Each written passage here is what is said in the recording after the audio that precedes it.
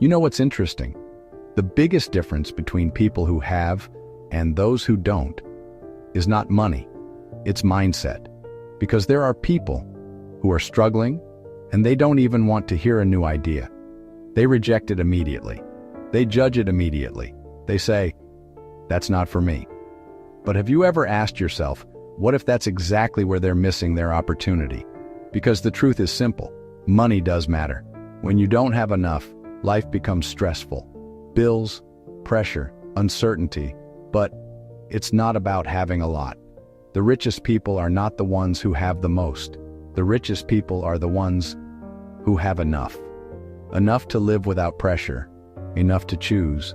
Enough to have time for themselves and the people they love. And now we get to the real question. Why do some people never reach that enough?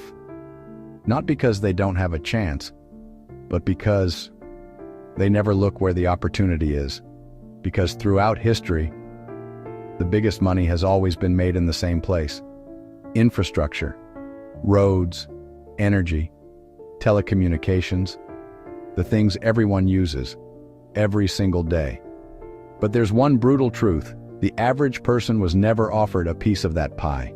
Never. You could use the system, you could pay into it, but you could never own a part of it. And when an opportunity did appear, it was already taken by the big players. And what was left for everyone else were just crumbs. And that's exactly what is changing today.